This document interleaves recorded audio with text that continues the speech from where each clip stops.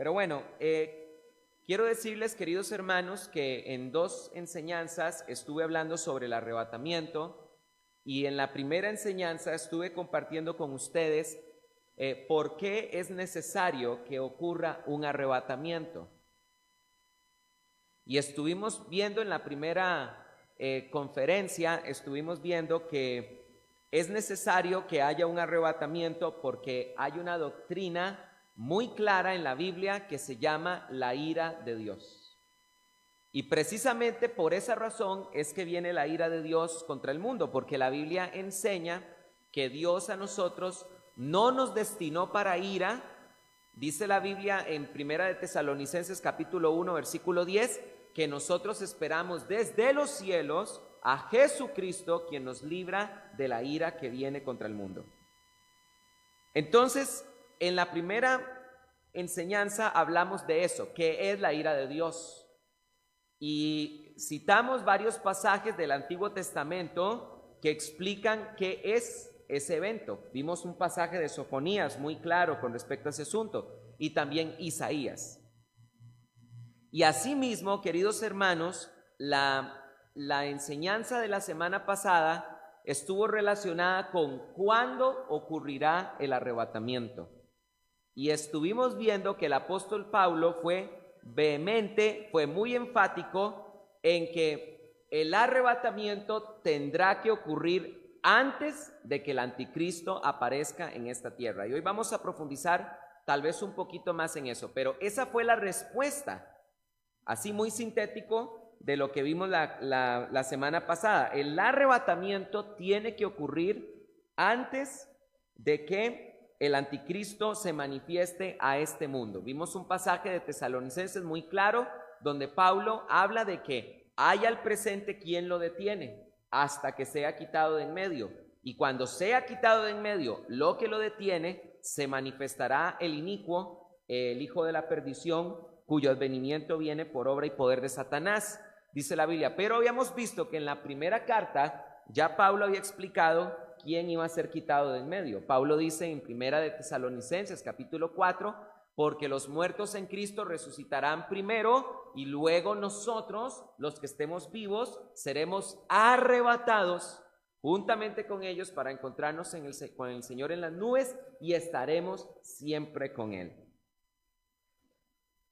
Y la pregunta que vamos a compartir hoy, que vamos a contestar hoy concretamente es, ¿qué ocurrirá en el mundo cuando acontezca el arrebatamiento? Esa es la pregunta que vamos a contestar hoy. Cuando ocurra el arrebatamiento, ¿qué va a ocurrir en el mundo?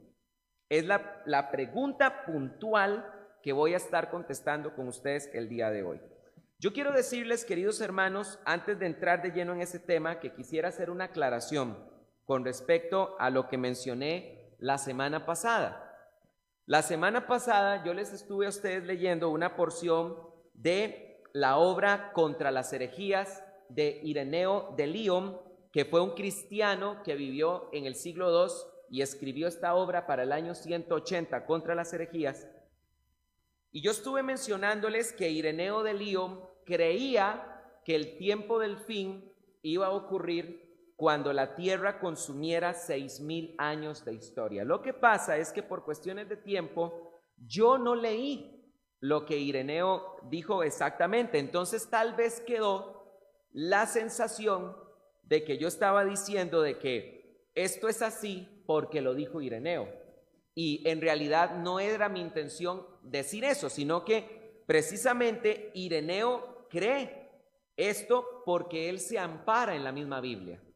Entonces, para eso traje escrito esto, para no ser mal interpretado, y me gustaría que ustedes puedan leer esto conmigo. Pero antes de leer, yo quiero decirles, y quisiera orar, porque cuando nosotros vamos a recibir un mensaje de este tipo, hermanos, nosotros tenemos que estar espiritualmente y almáticamente preparados para recibirlo.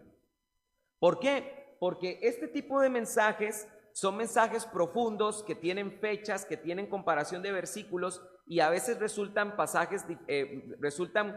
enseñanzas difíciles de entender. El mismo apóstol Pedro dijo que Pablo escribía cosas difíciles de entender también. Entonces, ¿qué es lo que pasa? Cuando nosotros estamos ante un mensaje de estos, yo tengo que disponerme de todo corazón y entrarle de lleno y estar dispuesto a meterme en el asunto. Porque tengo que preparar mi mente, mi espíritu, para poder digerir un alimento tan sólido como este tipo de alimentos espirituales. ¿Me estoy dando a entender?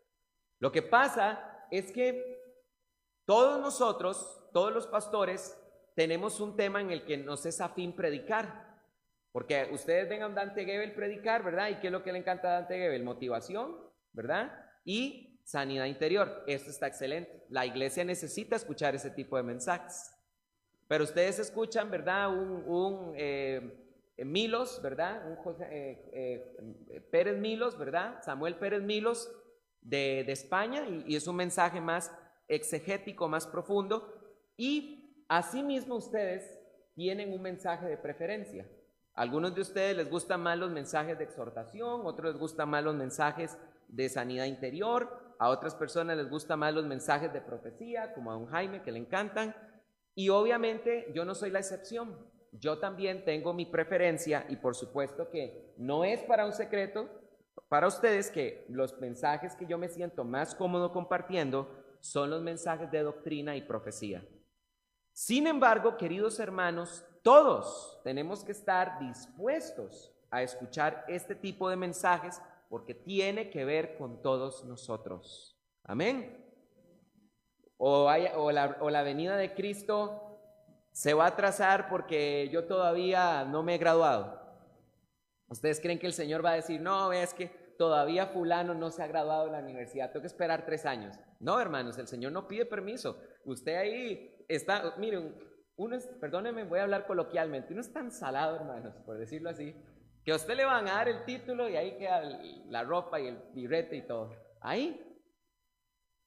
Y créame que usted no va a pensar en el título. ¡Ay, el título! No, cuando usted vea al Señor, dice la Biblia, ya no vendrá más las cosas primeras al pensamiento. Ya no habrá memoria de ello ni vendrán al pensamiento, dice la Biblia. Entonces, queridos hermanos, el Señor no tiene que pedir permiso para regresar. Usted, bueno, hay gente que no ha terminado de pagar la casa, ¿verdad? Y están pagando cuotas, ¿verdad? Bueno, ahí sí, gloria a Dios que el Señor venga, ¿verdad? Pero, bueno, sea como sea, el Señor viene y Él no pide permiso. ¿Cuántos creen esto? Él no pide permiso. Entonces, queridos hermanos, vamos a leer por un momento lo que este cristiano dijo, y déjenme decirles que antes de leerlo, entiendan quién está diciendo esto y en qué momento. Lo está diciendo en el año 180 de la era cristiana, y lo está diciendo alguien que aprendió de esta forma. El apóstol Juan escribió Apocalipsis. Policarpo fue educado por el apóstol Juan, y Policarpo le enseñó a este personaje que vamos a leer. Entonces estamos viendo que lo que esta persona va a hablar del Apocalipsis es muy cercano a la persona que escribió originalmente el libro. De ahí la importancia de lo que estamos estudiando.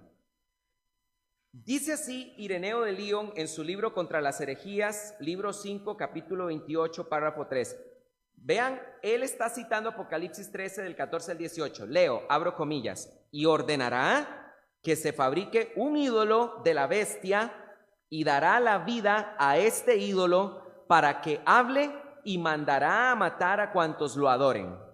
Igualmente mandó marcar un tatuaje en la frente y en la mano derecha para que nadie más pudiera comprar o vender sino que tiene la marca de la bestia y la cifra de su nombre. Y esa cifra es 666. ¿Qué ha hecho Ireneo hasta el momento? Ha parafraseado Apocalipsis capítulo 13 del 14 al 18. Es decir, en negrita está lo que está diciendo Ireneo. Todo lo que está en negrita es lo que dice Ireneo. Es decir, 6 centenas, 6 decenas y 6 unidades. Para recapitular toda su apostasía que ha fabricado durante 6,000 años. Y es en el siguiente párrafo donde Ireneo va a explicar que él cree que el tiempo del fin estaba para cuando la tierra consumiera 6,000 años. Dice así Ireneo en negrita: pues el mundo se consumirá en el mismo número de miles de años como fueron los días que fue creado. Por eso dice la escritura en el Génesis, e Ireneo va a citar Génesis 2 del 1 al 2. Y se terminó el cielo, la tierra y todo cuanto contienen. En el día sexto, Dios concluyó toda la obra que hizo y el séptimo día descansó de todas las obras que realizó. Ahora explica Ireneo. Este es al mismo tiempo una narración de lo que Dios hizo y una descripción profética de los hechos futuros.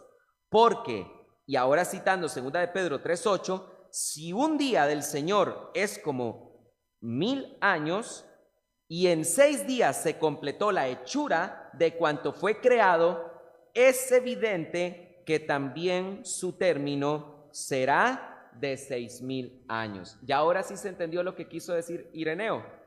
Él, amparándose en que la tierra fue creada en 6 días, y que para Dios un día es como 1000 años, y 1000 años como un día, 2 de Pedro capítulo 3 versículo 8, él concluye que para él el 666 es una forma profética de anunciar que la desolación y la destrucción que el enemigo traería sobre la humanidad sería por 6,000 años. Ahora, es importante entender que aproximadamente desde Adán hasta Abraham hay 2,000 años.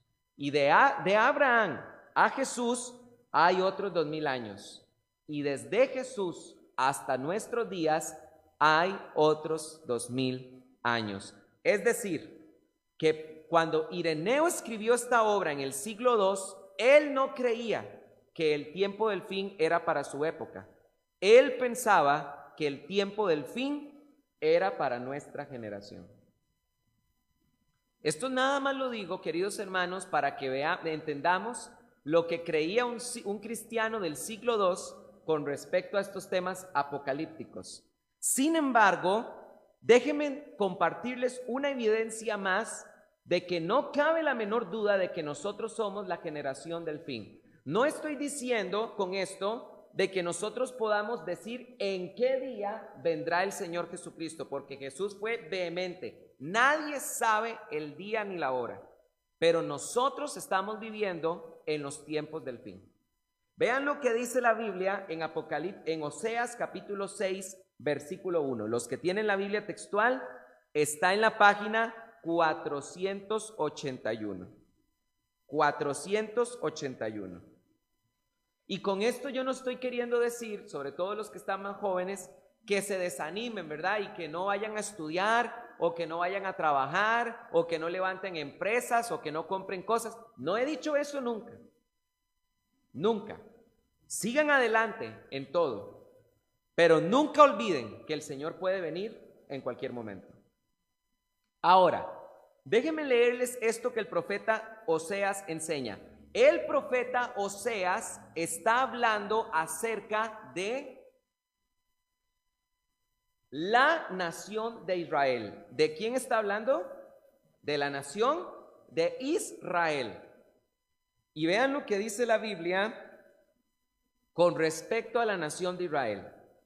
Dice: venid, volvamos a Yahvé, porque Él desgarró, pero nos sanará. Él hirió, pero nos vendará la herida.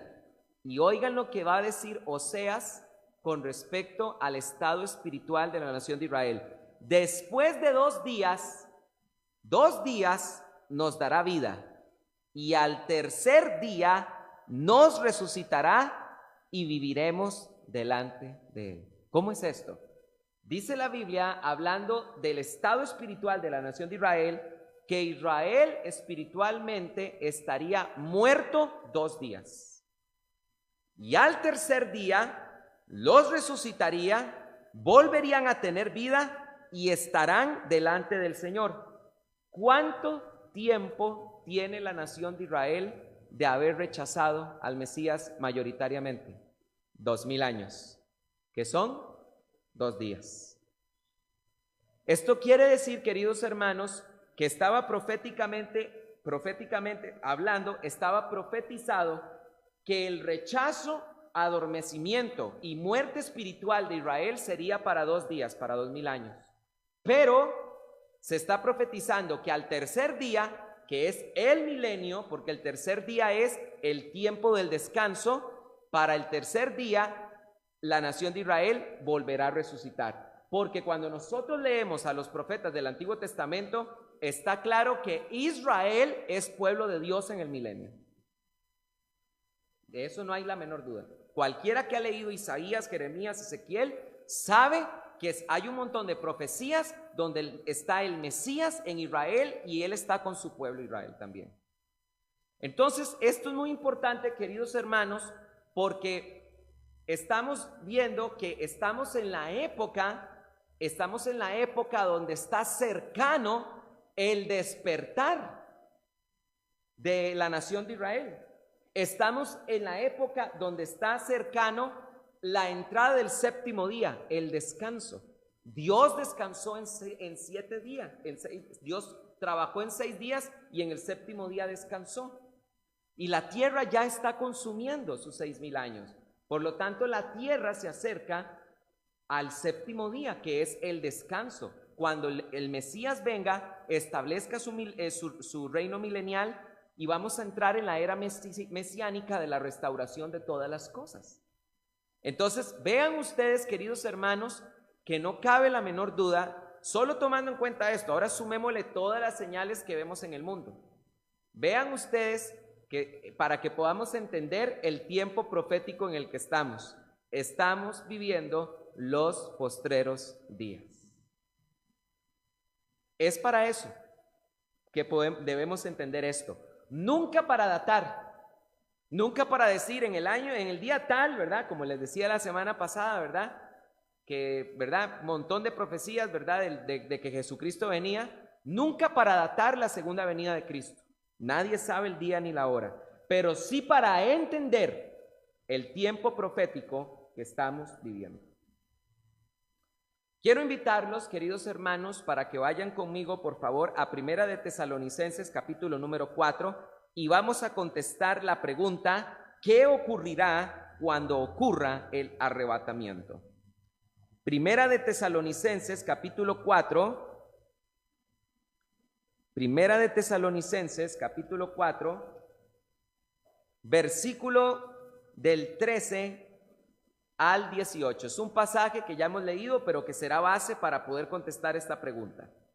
Hablando acerca del arrebatamiento, el apóstol Pablo dice esto a la iglesia de Tesalónica: tampoco queremos, hermanos, que ignoréis acerca de los que duermen, para que no os entristezcáis como los demás que no tienen esperanza. Porque si creemos que Jesús murió y resucitó, así también Dios traerá con él a los que durmieron en Jesús. Porque os decimos esto en palabra del Señor, que nosotros, los que estamos vivos, los que quedamos hasta la venida del Señor, de ningún modo pereceremos a los que durmieron. Porque el Señor mismo, con voz de mando, con voz de arcángel y con trompeta de Dios, descenderá del cielo y los muertos en Cristo resucitarán primero. Y ahí está, versículo 17. Después nosotros, los que estamos vivos, los que quedamos, seremos arrebatados simultáneamente con ellos en las nubes al encuentro del Señor en el aire, y así estaremos siempre con el Señor. Por tanto, consolaos unos a otros con estas palabras. Entonces vemos que Pablo fue enfático al decir que habrá una generación que será arrebatada y se encontrará con el Señor en el aire. Pero ¿qué ocurrirá cuando esto acontezca? Y podemos, queridos hermanos, por supuesto que entender que cuando el arrebatamiento ocurra, va a ocurrir en este mundo un colapso de todo tipo. Solo traten de imaginarse por un momento que ocurre el arrebatamiento en este momento. Imagínense en el colapso vial. el colapso en los aeropuertos, el colapso en los bancos, el colapso en los trabajos. No habrá una sola actividad humana que pueda seguir caminando normal. Habrá un colapso inmediato en el momento que ocurra el arrebatamiento.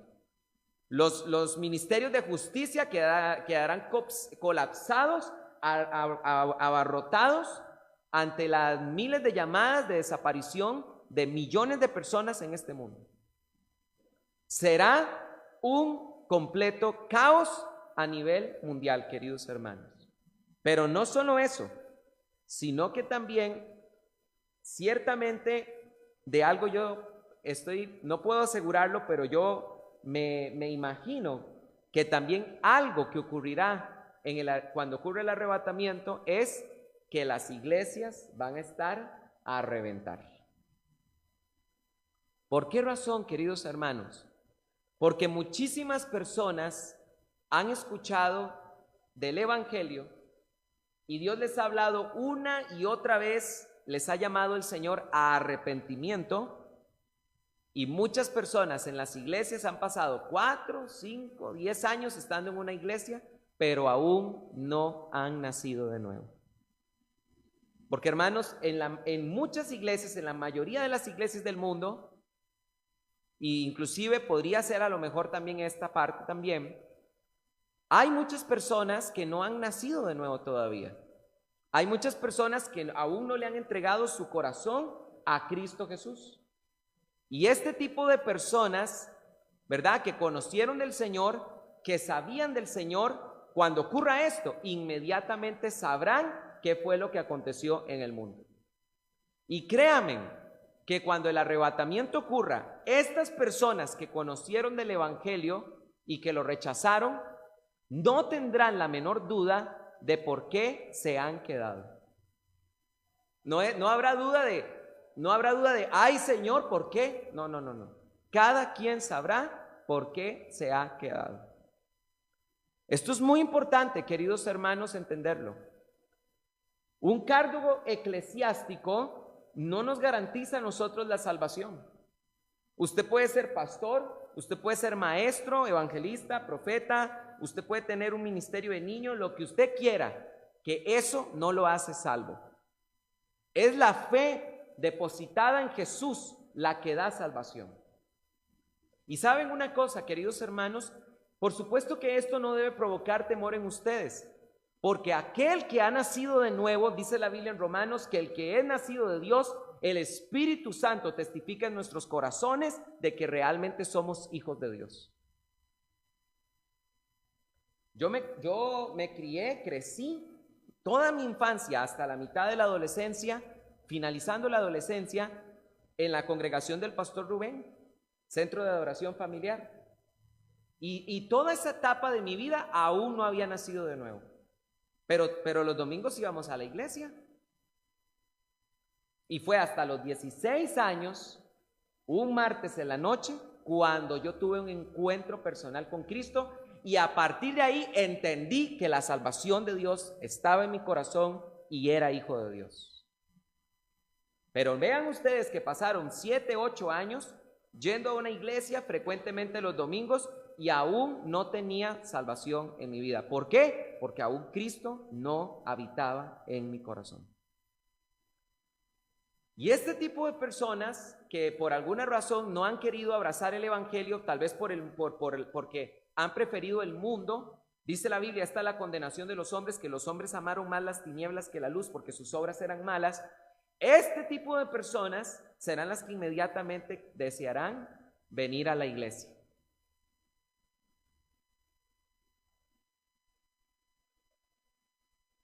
Pero tenemos fe que cuando vengan a este lugar no van a encontrar una sola alma, amén. Ni hay pastores, ni pregunte por Rubén, ni pregunte por el pastor José Carlos, por el pastor Rubén y el pastor José Carlos, porque nosotros nos vamos, queridos hermanos, y allá nos encontramos con cuerpos glorificados. ¿Cuánto le dan un aplauso al Señor? Amén.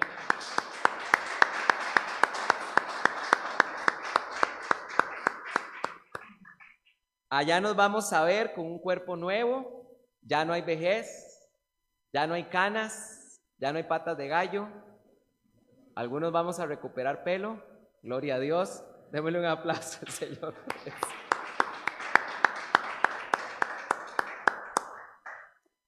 Qué lindo, ¿ah? Qué lindo es ver qué lindo va a ser ese encuentro con el Señor, ¿verdad?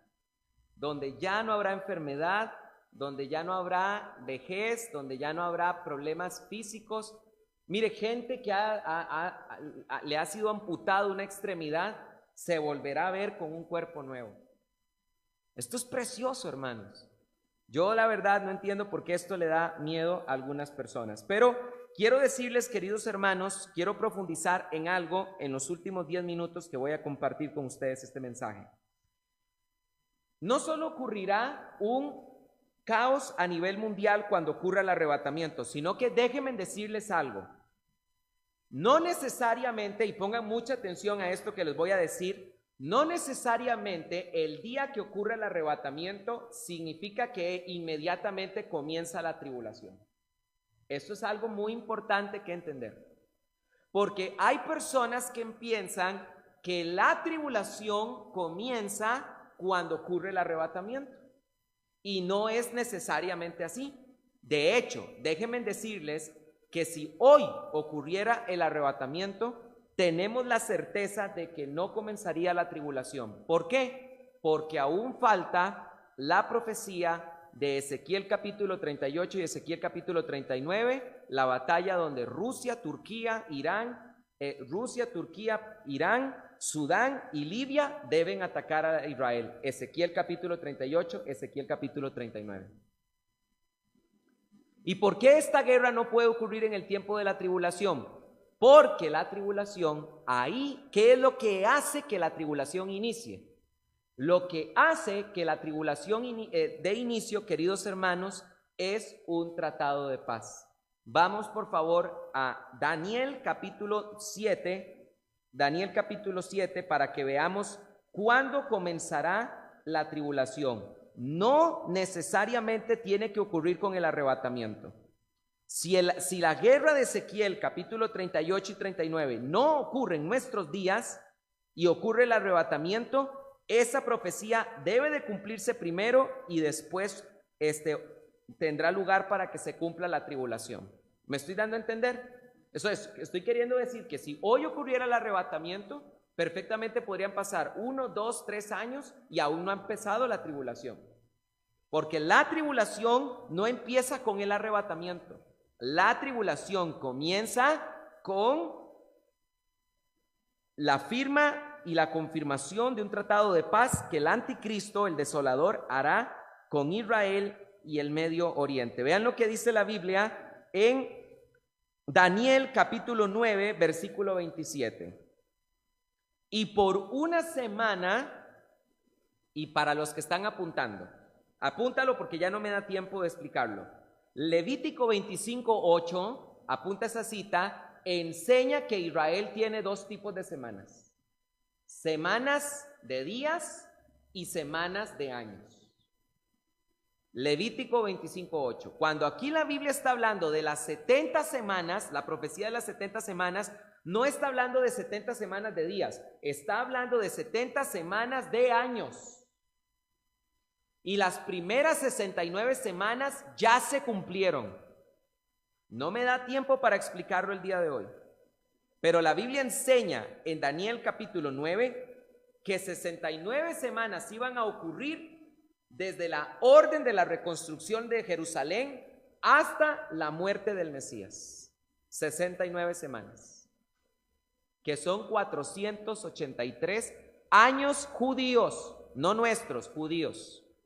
Porque la nación de Israel tiene un calendario lunar y para la nación de Israel el año dura 5 días menos que el de nosotros. Para los judíos el año dura 360 días. Entonces estaba profetizado que desde la orden de la reconstrucción del templo, de Jerusalén, no del templo, de Jerusalén, hasta la muerte del Mesías tenían que ocurrir 69 semanas.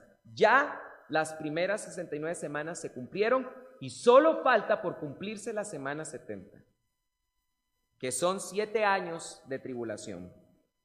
Y vean lo que dice Daniel 9:27. Y por una semana confirmará el pacto con muchos.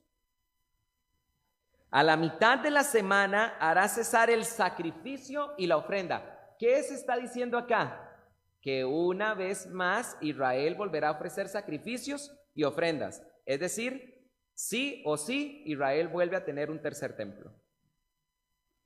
Después, con la muchedumbre de las abominaciones, vendrá el desolador hasta que venga la consumación y lo que está determinado se derrame sobre el desolador. ¿Qué está enseñando la Biblia? La Biblia enseña, hablando sobre la semana 70, que son los 7 años que faltan por cumplirse, proféticamente hablando, dice, y por una semana, es decir, 7 años, confirmará el pacto con muchos. Y a la mitad de la semana, es decir, a los 3 años y medio, hará cesar el sacrificio y la ofrenda. Es decir, a la mitad de la semana se levantará contra el sistema de sacrificios de Jerusalén, el templo de Jerusalén. Y después, es decir, en los segundos 3 años y medio, con la muchedumbre de las abominaciones, vendrá el desolador hasta que venga la consumación y lo que está determinado se derrame sobre el desolador. ¿Qué estamos aprendiendo, queridos hermanos? La semana 70 no inicia con el arrebatamiento, inicia con la confirmación de un pacto de paz. Confirmación, no elaboración, confirmación. Porque, hermanos, Israel desde hace varios años se viene encaminando hacia la paz. Los 2 primeros países que firmaron paz con Israel fueron Jordania y después Egipto. Y en el gobierno de Donald Trump, recordarán ustedes que Israel firmó la paz con Bahrein, con Emiratos Árabes Unidos, con Sudán y con Marruecos. Confirmará la paz, porque cuando el anticristo esté por aparecer y su tiempo de inicio, será cuando él confirme este tratado de paz, no con el arrebatamiento. ¿Quedó claro? Así que nosotros ahorita estamos expectantes de que se pueda cumplir la guerra de Ezequiel 38 y 39 de Rusia. Estamos expectantes de que se pueda cumplir. Pero si esa guerra no ocurre en nuestros tiempos y nosotros somos arrebatados, debería cumplirse primero esa profecía para que después pueda empezar la tribulación. ¿Entendieron? Ahora, déjenme ya terminar con esto, porque cuando se trata de profecía, lamentablemente nunca estamos todos de acuerdo. Eso es algo importante que mencionar. Y tenemos hermanos que creen que el arrebatamiento es a la mitad, y tenemos hermanos que creen que el arrebatamiento es al final.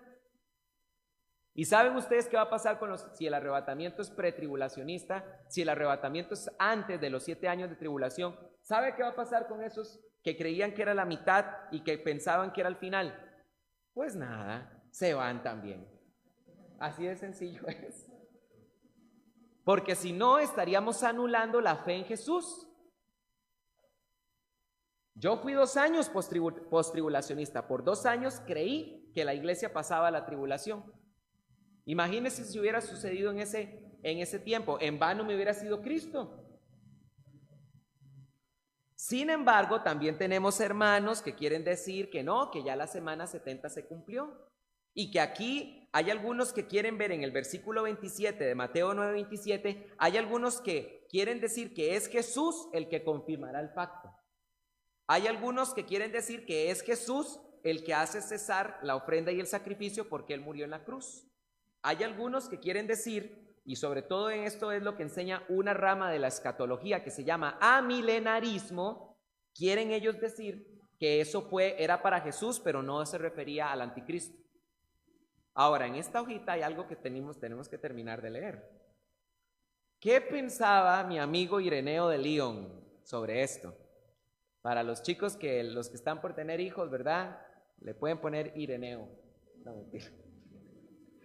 Yo le digo eso a mi esposa y sale corriendo, ¿verdad? Muy bien. Bueno, ¿qué pensaba Ireneo sobre esto de la semana 70?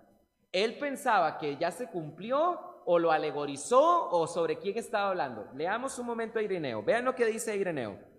El Señor decía a los que creían en Él. ¿Perdón? El Señor, así me gusta, escudriñando, ¿verdad? Como los berenses, ¿verdad? Ajá, exacto.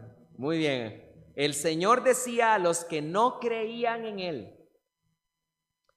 Qué fuerte esto, hermanos. Yo leo esto y a mí se me pone la piel de gallina. Yo he venido en nombre de mi Padre y no me recibís. Si viniera algún otro en su propio nombre, a Él recibiréis. Eso Jesús lo dijo en Juan 5:43. Entonces Ireneo dice, ese algún otro es el anticristo. Jesús le dijo a Israel, yo he venido en el nombre de mi Padre y ustedes no me reciben a mí. Pero si algún otro viniera en el nombre de otro, a ese recibiréis. Y dice Ireneo, ese otro es el anticristo. Porque es extraño a Dios. El juez inicuo, a quien el Señor afirmó que no temía a Dios ni respetaba a los hombres, Lucas 18:2, al cual acudió aquella viuda que se había olvidado de Dios, es decir, la Jerusalén terrestre, para reclamar venganza de su enemigo. Esto es lo que el anticristo hará cuando reine. Trasladará su reino a Jerusalén y se asentará en el templo de Dios, seduciendo a aquellos que lo adoran como a Cristo. ¿Qué pasaje está citando aquí Ireneo? Segunda de Tesalonicenses, cuando dice se sentará en el trono de Dios haciéndose pasar por Dios. Y les digo lo siguiente, cuando Ireneo estaba escribiendo ya no había templo. Los romanos destruyeron el templo en el año 70 y cuando Ireneo escribió en el año 180. ¿Y qué está él hablando sobre estas profecías? Él está interpretando de forma literal que vendrá un anticristo, que vendrá un reino a Jerusalén, que habrá un otro templo. Leámoslo una vez más. Esto es el anticristo. Hará cuando reine, trasladará su reino a Jerusalén y se asentará en el templo de Dios. Ireneo daba por un hecho de que habrá tercer templo, seduciendo a aquellos que lo adoran como Cristo. Enseguida, para describir su tiranía, durante la cual serán perseguidos los santos que ofrecen sacrificio puro a Dios, a la mitad de la semana pondrá fin a los sacrificios y libaciones y levantará en el templo la abominación de un ídolo. Hasta que se consume el tiempo de la destrucción, estará por encima de la desolación. Daniel 9:27. La mitad de la semana, dice Ireneo, son 3 años y medio. ¿De quién estaba hablando según Ireneo? ¿Quién era la profecía de Daniel 9:27 para Ireneo? ¿Sobre quién se refería? No se estaba refiriendo a Cristo, se estaba refiriendo al anticristo. Porque dice, hablando sobre su tiranía, durante la cual serán perseguidos los santos que ofrecen sacrificio a Dios, a la mitad de la semana pondrá fin a los sacrificios y a las libaciones y levantará en el templo la abominación de un ídolo.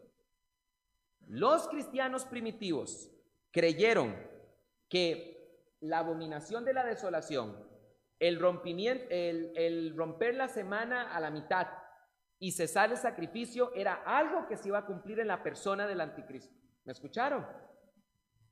Entonces, queridos hermanos, con esto quiero terminar.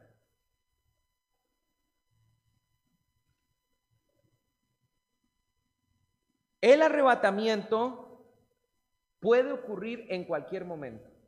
En cualquier momento. No hay una sola profecía que pueda detener o atrasar al arrebatamiento. Y esto se los digo para que aprendamos a identificar falsas profecías. Ustedes han escuchado sobre una iglesia que ahorita en Estados Unidos está recibiendo un avivamiento en Asbury. ¿Cómo es? Ok, Asbury. Ok, ahí. Han escuchado que hay una capilla ahí que tienen más de una semana que no han dejado de tener culto, ¿verdad? ¿Y qué opino yo con respecto a eso? Bendito Dios. Pienso eso, bendito Dios. Qué lindo que haya una iglesia que esté experimentando un arrebatamiento. Yo he estado viendo los videos en vivo porque se está transmitiendo todo esto en vivo y lo que he visto es oración, adoración. Es en la capilla de una universidad. Exacto. Y yo alabo a Dios por esto. Sin embargo, pues ustedes saben que nunca falta, ¿verdad?, la gente que quiere hablar de más con respecto a este tipo de cosas. Entonces ahí estuve viendo un comentario de una señora que apareció diciendo, ¿verdad? Yo ya había profetizado que esto iba a ocurrir, ¿verdad? Muy conveniente, ¿verdad? Y entonces dice, y la profecía es que este avivamiento que está experimentando esta gente va a durar 8 años. ¿Por qué está mal? Bueno, porque entonces en 8 años el Señor no puede venir. ¿Ya entendieron? Si eso es así, entonces tenemos convicción completa de que dentro de 8 años el Señor no puede venir porque se tiene que cumplir un avivamiento en esa iglesia de 8 años. ¿Ya entienden cómo uno puede empezar a identificar falsas profecías? De que hay un avivamiento, lo hay, por supuesto, en esa iglesia. Y ojalá en muchas iglesias más del mundo se levante este avivamiento. Pero cuidado con las falsas profecías, porque cuando una iglesia no estudia las profecías de la Biblia, es vulnerable a caer en falsas profecías. Por eso nuestro esmero y nuestra entrega por estar frecuentemente enseñando sobre profecía bíblica. Quiero, queridos hermanos, pedirles que se pongan en pie, por favor.